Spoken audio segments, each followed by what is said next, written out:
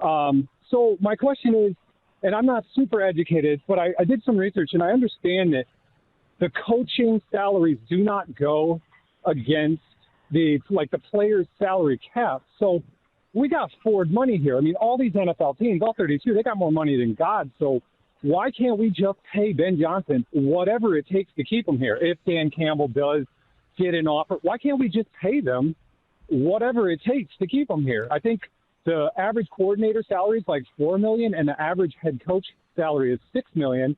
It's not like we're talking about these $25-30 million a year contracts. Can't we just pay them? Well, it's up to him. I mean, what does he want to do? And then the Lions aren't going to stand in the way of him trying to get a head coaching job. That would be foolish. You can't do that. Yeah, that's a fair point. I hadn't considered that, but you would think you guys listed all the reasons. He's got to want to stay here, man. It's the relationships he's built, this offense, he's got it the way, but I guess I hadn't considered if he wants to leave and be a head coach, then yeah, why stop him from doing that? I don't think the average is $4 million. I think the high end of coordinator salaries is $4 million. I don't know if you got that from somewhere, but I just did a quick Google search. Okay, I could be wrong. That's what I remembered. It's okay. No, it's okay. I mean, do you pay an offensive coordinator close to head coaching money? Maybe. I mean, you're right. It doesn't count against the cap. It would really show. I mean, this is a family. This is a family that has taken, when it comes to the reputation as ownership in the NFL, the Ford name isn't exactly at the top of the list. And it would show a massive commitment. I mean, give it a shot. Why not? That doesn't mean you're going to keep him, but just say, hey, look, we get it. If you want to leave, that's fine. But if you want to stay, we'll make you the highest paid assistant in the NFL. Something of that nature.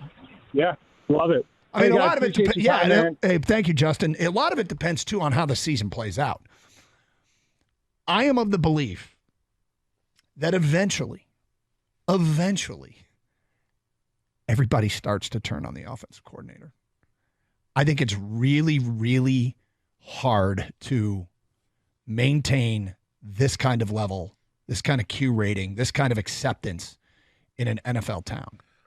I think it's really hard. Now, it's not to say that Ben Johnson won't do that, but it's not the norm. Well, it's interesting because I think my first reaction to that is, well, you can do it if you've got the right quarterback. Somebody else that needs to be re-signed. Right. But let's say for whatever reason that they're not able to bring Jared Goff back. They choose not to. It's too much money, whatever. Then Hendon Hooker comes into play. And is that intriguing to a coordinator to work with a young quarterback that maybe he really, really, really likes and sees an awful lot and can't wait to get a chance to work with him? I mean, that's down the road. I think we have a great quarterback here right now. I think they're going to re-sign this quarterback and give him a big extension. I would expect that this Lions offense, as long as Goff is running it, and as long as Amon St. Brown is still here, and as long as Sam Laporta is still here, and Jahmyr Gibbs is still here, and Jameis, they're so young. Yes. This is the opportunity the possibility of sustaining this for a while. I mean, it seems quite possible. That's all there. And your point is right, though. I mean, people do turn eventually on coordinators like they turn on head coaches eventually. I mean, I'm sure people are turning on Belichick right now. But the allure of being one of 32, being part of that fraternity, that's different. And I think that's what all coaches get in the game to do, is to ultimately become a head coach in the National Football League, chase the dream of winning the Super Bowl as the head coach.